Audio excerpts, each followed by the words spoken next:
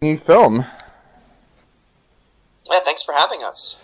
So, I guess my first question is for you, James. Tell us, our listeners, a little bit about Enhanced as a movie and where did the idea first come about for you? So the idea originated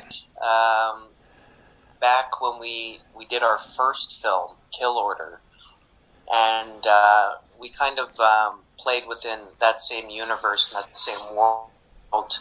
And this time we decided we wanted to try something a little different with Chris's character and have him play an antagonist and be the villain of the film. So, we took sort of elements from that film, and my co-writer and I, Matt Naiman, used that as a base for our story, and eventually came up with the idea of escaped, enhanced, and having to form a partnership with one of her pursuers. Okay, so well, a lot of screenwriters actually listen to this show, so I was wondering, with that, you said the idea was in place with the first film. Tell us a little bit about your writing process. Like, was this idea kind of already planted there when you started the script for the first film? And if that's the case, how do you do all that plotting out for that? Are you one of those people that use the old school paper on the office wall with the plot lines going through, or how do you actually work out that writing process? It wasn't planned when we did sort of the first film. We have a kind of sequel in mind for Kill Order, and we weren't ready to sort of completely flesh that out yet, but we wanted to stay close to it. So, yeah, we started building the world, and we definitely do the cue cards on the wall and, figuring out which elements of the backstory that we want to tell and which parts of the world we want to reveal and not reveal. But it's probably just a traditional sort of process in terms of finding the beats and the arcs of the characters involved and how they work with one another within the screenplay. Yeah. And for Chris, for the listeners out there who haven't had a chance to see the film, tell us a little bit about David and how did you feel about being the bad guy this time? So David is the antagonist of the film, and he is, without giving away too many spoilers, a very powerful being that is unemotional in his pursuit of his goals, lacking any sort of human qualities of empathy or sympathy. And it was a blast to play, just because he is so cold and he is so robotic that it makes it really easy just to focus on that one goal that he has. And as well, being as powerful as he is was a lot of fun, especially during the action sequences and the fight scenes and the use of special effects. To be able to kind of harness that power and to use that power in action scenes was a lot of fun. Chris, how difficult is that as an actor to kind of play a character that has no emotion, as a way to say it? Because it must be difficult to keep your face in that way that you're not showing any emotion. Yeah, it's 100%. It was a process for me to get into this character. I found the character through movement a lot, like how he would move. He isn't a normal human being, so he obviously moves in a very specific way, and I tried to do that to, like, what kind of animal would he move like?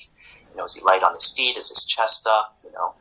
But in terms of the emotional stuff, just really trying to understand, like, disconnecting with that human side of characters and making that goal and that focus of making it the most important, because in his eyes he's right in what he's doing.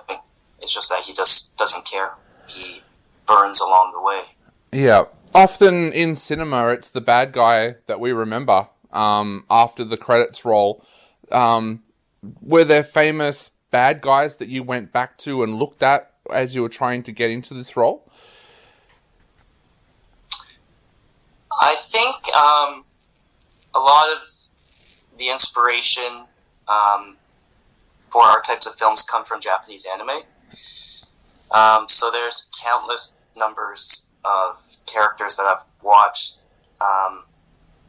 If you've seen a movie called, or a TV series called Elfen Lied, there's a scene, a very cold-hearted scene where this girl just unemotionally massacres an entire facility, and I used that, attributed that to, David, like someone that's not, of humankind or from a different planet and just can't understand or relate to the human condition, and just using those kind of examples,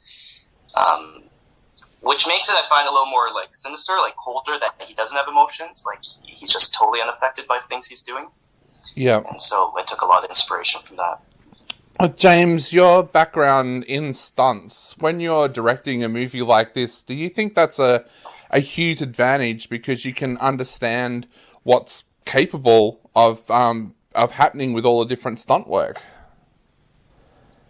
Yeah, like for action, it's definitely an advantage, especially on smaller films where we don't have the luxury of lengthy shooting schedules. So a lot of the scenes that we shot that had action sequences, we were limited in the number of days that we could take to shoot them. So the experience on that side, and the team that we work with, Team 2X, who we worked with for many, many, many years, we're able to construct these scenes and make them doable in that period of time. So it definitely helps. Now, you both have a history in stunts. Where did that love for stunt work come from? And was there just a lot of scary moments for you guys as kids when you were practicing that craft? I think growing up, we've always been like fans of martial arts and Jackie Chan and Jet Li, and it led us into getting into martial arts, into tournaments, and into acrobatic martial arts. And then eventually we started doing live stage performances with a team called Ryuko, and that pretty much launched our interest into the stunt career. And then since then, it's just grown into the film career in total. Okay, so I guess because we are running out of time very, very quickly, I was going to ask another question, but I'll jump to this one. Can you both tell us why people should go and see this film and what you would like to say to them before they go and see the film? Because it's only a matter of time now before they can. So what would you like to say to people who are about to sit down and watch the film? From the director's perspective, if you're looking to watch a film with some great action elements that comes from a group of individuals who are very passionate about independent sci-fi films, this is a great film with a nice hint of brotherly, sisterly kind of romance, and a slightly different take on the whole superhero mutant type genre. Yeah, and I'd just say if you're interested in watching a sci-fi film with martial arts actions and a hint of anime, then enhances the movie for you. Awesome. Well, guys, thank you so much for taking the time to chat to us today. It's been an absolute pleasure chatting to you. Thanks, Dave. You too. Not a problem. You guys have a great night, and hopefully we talk soon. See ya.